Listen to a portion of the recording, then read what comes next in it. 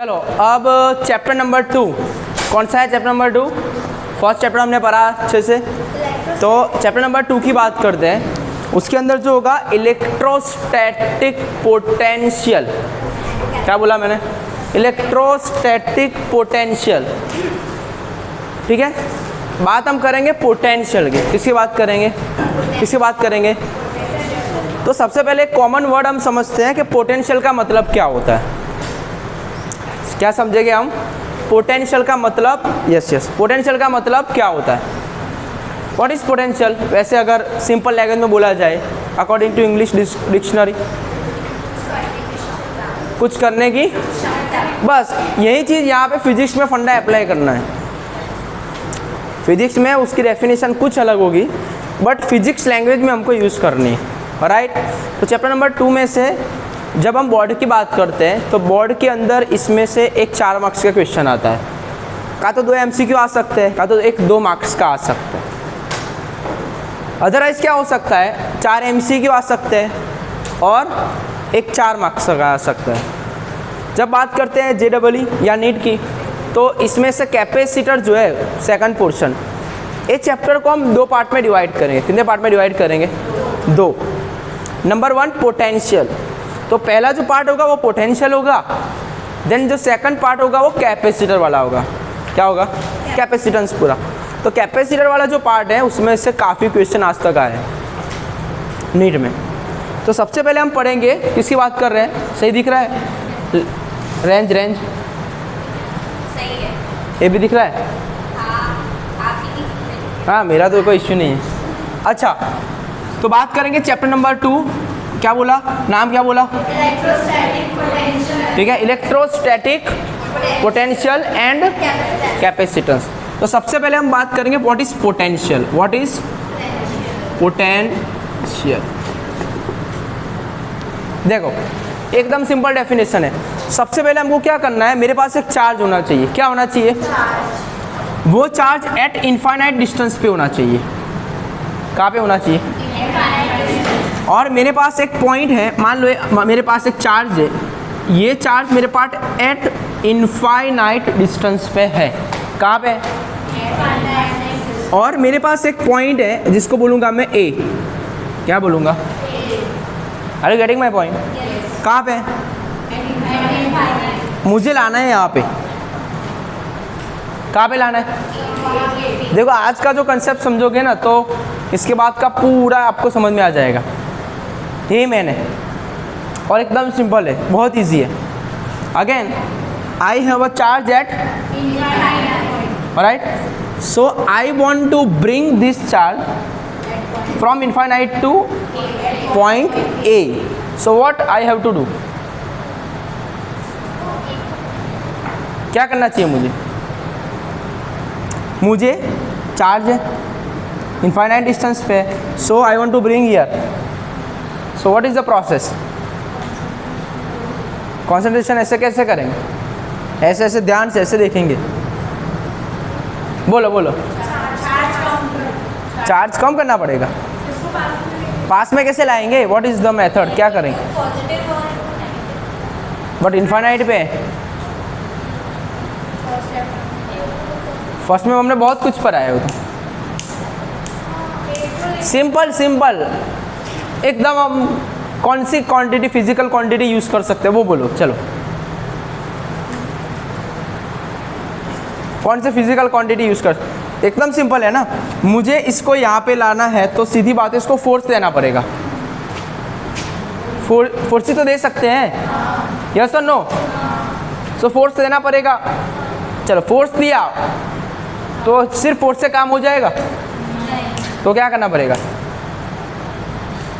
सिर्फ फोर्स से काम हो जाएगा? ए रूम है हमारे पास, ठीक है, मुझे इसको 100 मीटर शिफ्ट करना है from here to any other point. From a point से हमको दूसरे पॉइंट पे शिफ्ट करना है ए रूम को। Is there any method?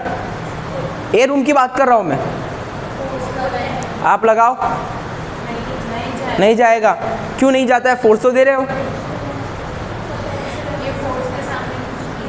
और फोर्स दो।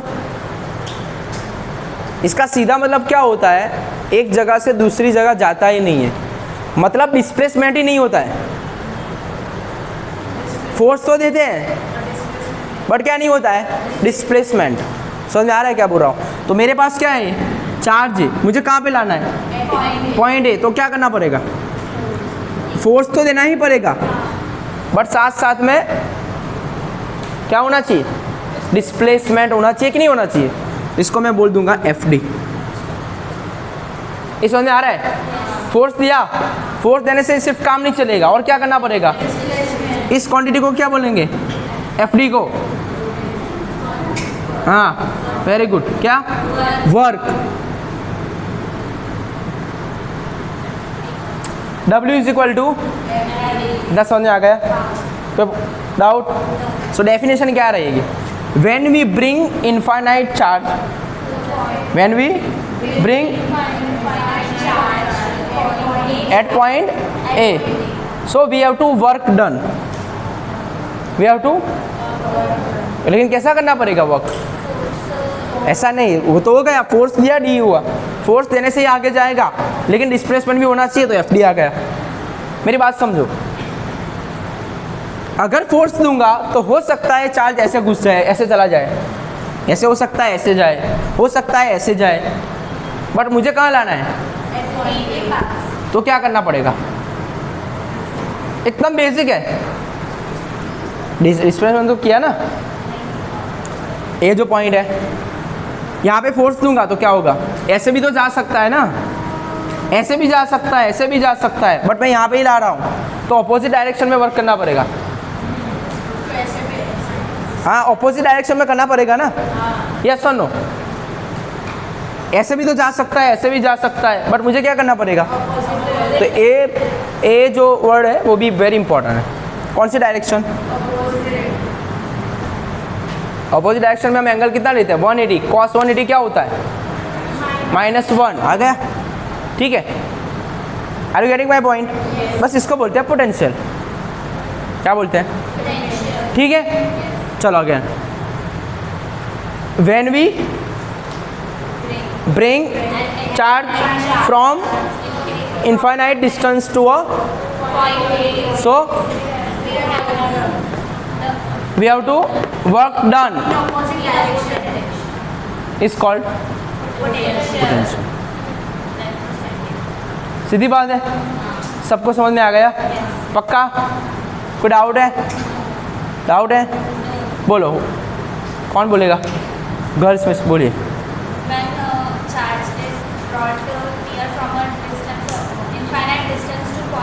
यस यस यस, ओके, कोई बात नहीं, ठीक है सही है। तो इसको क्या बोलेंगे, क्या बोलेंगे, सही है ना, बाकी अपना ये भाई सही है ना, ठीक है। बॉयज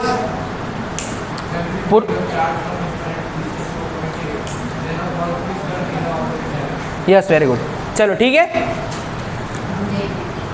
अब लेकिन फॉर्मूला कैसे बनेगा वो हमको पहचानना है। फॉर्मूला कैसे बनता है, देखो आज तक चैप्टर नंबर 1 में फॉर्मूला बनाया ना, तो हमने रटा नहीं है बट कहीं से डिराइव किया है, तो इसमें भी कुछ ऐसी प्रोसेस होगी। अगेन मुझे क्या करना पड़ रहा है, वर्क देना पड़ रहा है, कौन सी डायरेक्शन में, नेगेटिव। किसको ला रहा हूँ यहाँ पे, इनफाइनाइट क्या, चार्ज को। सो यहाँ पे आ जाएगा Q, तो इसको बोलेंगे पोटेंशियल। आ गया फॉर्मूला।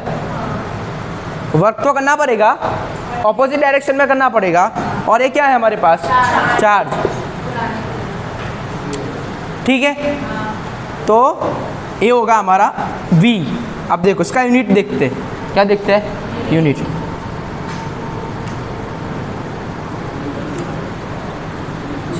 यस, क्या होगा वर्क का, जूल। कूलम बोले तो JC -1। दूसरा यूनिट आएगा, ये जो पूरी टर्म है ना, इसको हम बोलेंगे वोल्ट। क्या बोलेंगे, ये समझ में आ गया। थर्ड यूनिट हम देखते हैं, देखो ये क्या है, वर्क को क्या लिख सकते हैं, चलो ये क्या है, फोर्स ना, फोर्स का यूनिट क्या होता है, डी का यूनिट कूलम। ये 3 यूनिट हो गए, ठीक है, एकदम सही है। तो ये हमारा एकदम बेसिक फंडामेंटल। अब नेक्स्ट, अब हम बात करेंगे डायमेंशनल फॉर्मूला। डायमेंशनल फॉर्मूला, तो फॉर्मूला वही है, V is equal to F D by Q, ठीक है, okay. So V is equal to, F क्या है, फोर्स, अभी फिलहाल यूनिट निकालना है तो मैं एम ए लिख सकता हूँ, डी क्या है, एज इट इज आएगा, Q as it is, okay ना। ये क्या है, मास, मास का यूनिट क्या होता है, केजी, ये क्या है, मीटर पर, डी क्या है, अगेन डिस्टेंस मतलब डिस्प्लेसमेंट मीटर, कूलम, ठीक है। अब मैं क्या कर रहा हूँ, simple, I is equal to Q by T, तो I T is equal to Q, right, ठीक है ना। I की जगह पे एम्पियर, T की जगह पे सेकंड, कूलम, ठीक है। अब देखो K G, M into M, M square, S minus 2 और सी की जगह पे ए एस, ये तो यूनिट आ गया ना। मुझे चाहिए डायमेंशनल फॉर्मूला, के जी का क्या होगा, एम, के जी का क्या होगा, m1, m2 मतलब L2 मीटर, तो लेंथ, यस, s मतलब t होगा ना टाइम, सेकंड, -2 -1 -3, और a ऊपर जाएगा a -1, ठीक है। कोई डाउट है इसमें, पक्का। तो ये था हमारा डायमेंशनल फॉर्मूला। कभी कभी ये डायरेक्ट पूछ लेते हैं, कभी कभी ये पूछ लेते हैं, कन्फ्यूजन कोई। चलो सबसे पहले डेफिनेशन क्या आएगी,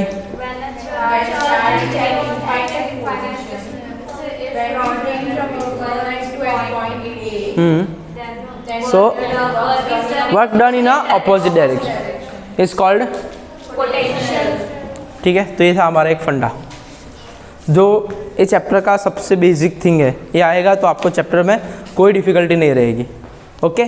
चलो फटाफट सब लिख दो।